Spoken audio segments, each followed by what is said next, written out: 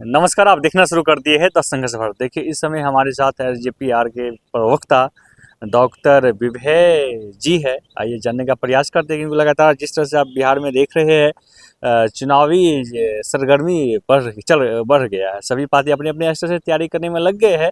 तो आइए, क्या कुछ खास होने वाला है इस बार बिहार में? स्वागत है सर। जी बहुत धन्यवाद। सर, बिहार चुनाव चर्चा का विषय बना हुआ है, क्या प्रतिक्रिया हुआ आपका?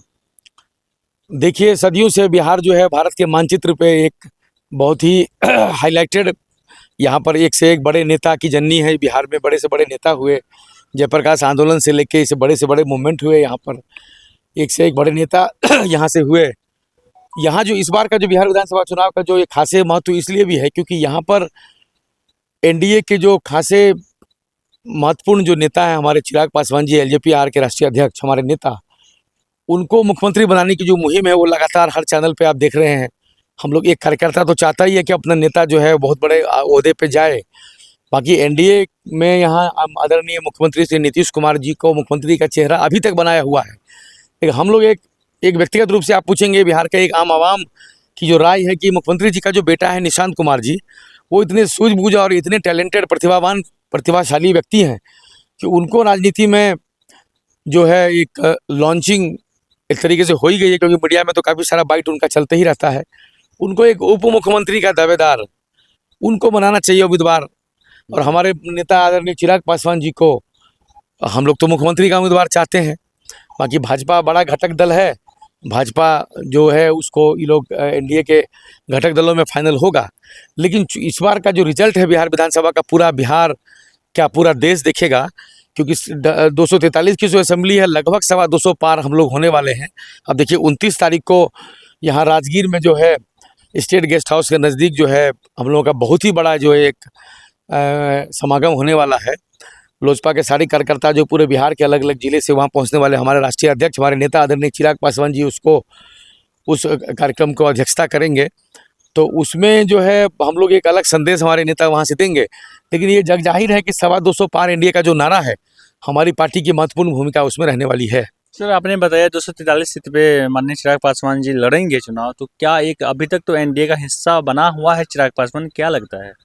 नहीं, एनडीए के हिस्सा तो है ही। हमारे नेता प्रधानमंत्री जी के जो मंत्रिमंडल है उसमें जो महत्वपूर्ण विभाग के मंत्री हैं ही वहाँ पर दिल्ली में। तो फिर 243 सीट पे क्यों, कितना सीट मिलने जा रहा है एलजेपीआर को इस बार? 243 का मतलब यह है कि हम लोग एनडीए के लिए 243 के लिए चुनाव लड़ेंगे। चलो, हम लोग तैयारी कर रहे हैं। बाकी यहाँ पर एक लोकसभा पे 6 एमएलए हैं, तो 30 तो हम लोगों की वैसे बनती है सीट। बाकी हम लोग ये, क्योंकि हम लोगों का 100% स्ट्राइक रेट है, इसीलिए हम लोग चाहते हैं कि हम लोग कम से कम 40 मिले। 40 का मतलब है कि 40 एमएलए यहाँ जीत के आ जाएंगे, इसीलिए 40 की डिमांड हम लोग कर रहे हैं। सर, लगातार बिहार में सवाल उठाए जा रहे हैं, जनसुराज कह रहे हैं, यहाँ इंडस्ट्री नहीं है, मिल नहीं है, रोजगार नहीं है, इस तरह के तमाम मुद्दे सामने ला रहे हैं। देखिए, प्रशांत किशोर जी अपनी रणनीति अच्छी, उनकी कैंपेनिंग चल रही है, लेकिन रोक टोक हमारी पार्टी, हमारे नेता को वो ना करें। हमारी पार्टी ने, हमारे नेता ने उनकी सराहना की है। उनका यहाँ पर कास्ट पॉलिटिक्स है, इस ये कहने में कोई गुरेज नहीं है कि इस राज्य में कास्ट पॉलिटिक्स है। प्लानिंग स्ट्रेटेजी तो उनकी अच्छी है, लेकिन क्या वो उनका उपचुनाव से क्या ऐसा लग रहा है कि वो उनकी सरकार बन पाएगी? सरकार बनाना इतना आसान नहीं है। यहाँ कास्ट कॉम्बिनेशन है, उनको महागठबंधन या उनको एनडीए में के विचारधारा के साथ कहीं अगर बैठेंगे तभी कुछ सीट आगे बढ़ा पाएंगे। इस राज्य को लालू जी के और उनके घटक दलों ने जो 1990 से लेकर 2005 तक जिसका जो है अभी तक प्रभाव दिखता आ रहा है, इस राज्य में जो है कास्ट पॉलिटिक्स है। यहाँ पर डेवलपमेंट से जो आरजेडी के नेताओं ने, महागठबंधन के नेताओं ने लोगों को दूर रखा है। तो यहाँ पर जातिवाद की राजनीति है। डेवलपमेंट लोगों को समझा देंगे, सारा मेजर माइग्रेशन है, गांव का गांव खाली है, लोग अपने टैलेंट के हिसाब से अलग अलग काम कर रहे हैं देश भर के अलग अलग राज्यों में। बाकी प्रशांत किशोर जी को शुभकामनाएं हैं। यहाँ लोकतांत्रिक देश है, जिसको जनता मैंडेट करेगी चुनाव में वो भी आ ही रहे हैं, देखिए क्या होता है। लेकिन हम एनडीए में 90 से 2005 तक जनता दोहराने वाली नहीं है। और लगातार 20 साल से जो सुशासन बाबू का जो एक रहा है यहाँ पर नीतीश कुमार जी का, उसको आप देखेंगे, उससे क्लियर मैंडेट 225 पार, क्योंकि हमारे नेता की महत्वपूर्ण भूमिका होने वाली है। उसी का संदेश जो है 29 यहाँ जून को जो है वहाँ राजगीर में कार्यक्रम होगा। उसके बाद हम लोग आगे की रणनीति को तय करेंगे।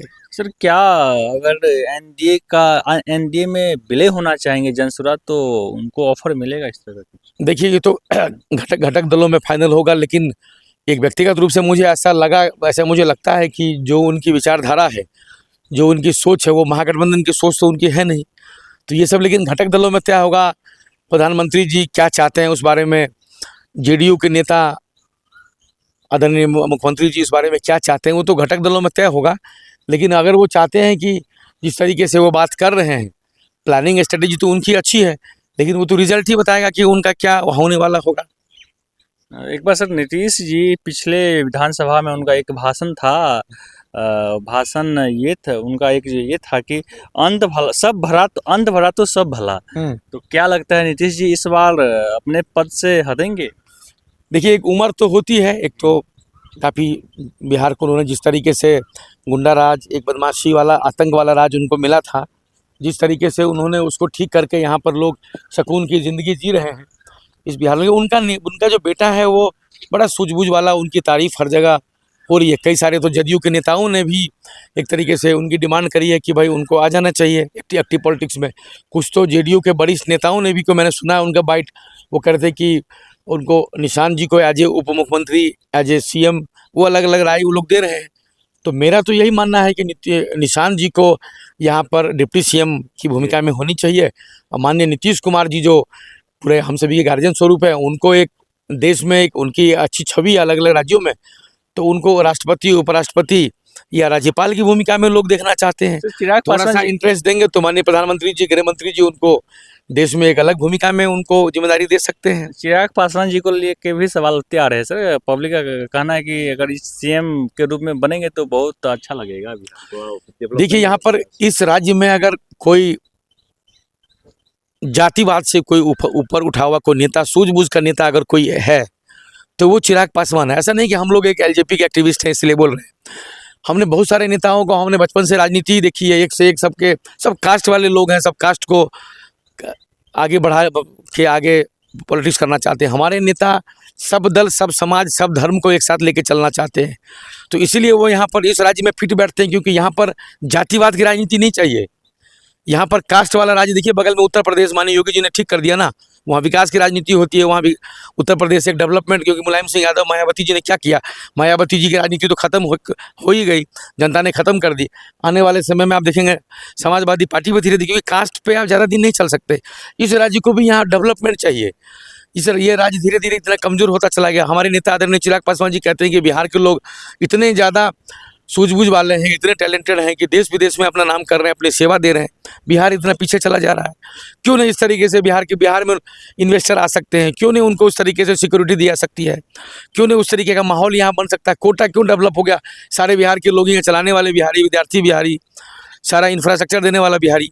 तो यहाँ पर इस तरीके से बिहार में एक युवा शासन करे, युवा नेतृत्व आए, उसके लिए हमारे नेता आदरणीय चिराग पासवान जी सबसे फिट बैठते हैं। चिराग पासवान जी इस राज्य में मुख्यमंत्री बनेंगे तो 225 पार का जो नारा एनडीए का है वो तुरंत हो जाएगा। बाकी होना इतना आसान नहीं है। महागठबंधन की भी तैयारी बहुत जोरों शोरों से है। सर एक डिफिकल्ट क्वेश्चन है, यहाँ नीतीश मोदी की जोड़ी बेहतर है या लालू नीतीश की जोड़ी बेहतर? देखिए ये तो जनता जिसको मैंडेट करती है, तो उस तरीके से यहाँ पर 2015 में साथ साथ लड़े आदरणीय नीतीश कुमार जी, आदरणीय लालू जी साथ साथ लड़े, तो यहाँ जनता ने उनको आशीर्वाद दिया। लेकिन अभी डबल इंजन की सरकार है, लोग ज़्यादा स्वीकृति यही दे रहे हैं कि यहाँ, क्योंकि लगातार 2005 में लालू जी का जो खात्मा जदयू नहीं किया, माननीय नीतीश कुमार जी नहीं किया था। यहाँ लगातार कुशासन 15 सालों का था, बदमाशी गुंडा राज वाला ये राज्य बन गया था। तो उसको जंगल राज को ठीक तो नीतीश कुमार जी नहीं किया वहाँ केंद्र में। तो बाद में 2014 में मोदी जी का शासन हुआ, लेकिन 2005 में यहाँ पर एनडीए की सरकार मुख्यमंत्री जी के चेहरे पे ही चुनाव हुआ और सरकार भी बनी। तो अभी तो लोग यही उसको एक्सेप्ट कर रहे हैं कि वहाँ मोदी जी और यहाँ नीतीश जी, साथ साथ यहाँ केंद्र में भी जो है उनके बहुत सारे जो 12 एमपी का समर्थन है जो सरकार में जो वहाँ पर हैं, उनको जो माननीय ललन सिंह जी भी वहाँ मंत्री हैं। तो कहने का मतलब क्या है कि ये नीतीश कुमार और मोदी, ये एक सटीक गठबंधन दिखता है। उसको आने वाले समय में 225 पार यही जो गठबंधन है वो यहाँ पे दिलाएगा एनडीए को। जाते जाते एक और क्वेश्चन होगा सर, सरिता पासवान जो आरजेडी की नेत्री है और उनके ऊपर एक गलत टिप्पणी की गई है आशुतोष झा जी के द्वारा, तो उसको आप कैसे देख रहे हैं? वो जो ब्राह्मण भूमि एकता मंच के आशुतोष कुमार जी हैं जी। नहीं, वो गलत है, मैंने कभी सुना, मुझे कोई पत्रकार बता रहे थे। देखिए, सभ्य समाज में इस तरीके की गाली गलौज, गुंडागर्दी, बदमाशी क्यों हम लोग कहते हैं जंगल राज, क्योंकि वहाँ पर इस तरीके की बात थी। शोरूम से मिशा जी की या की शादी हुई, किसी बहन की शादी हुई, तेसु जी की, तो पूरा का पूरा शोरूम उठा लिया गया। तो ये बदमाशी गुंडागर्दी है ना।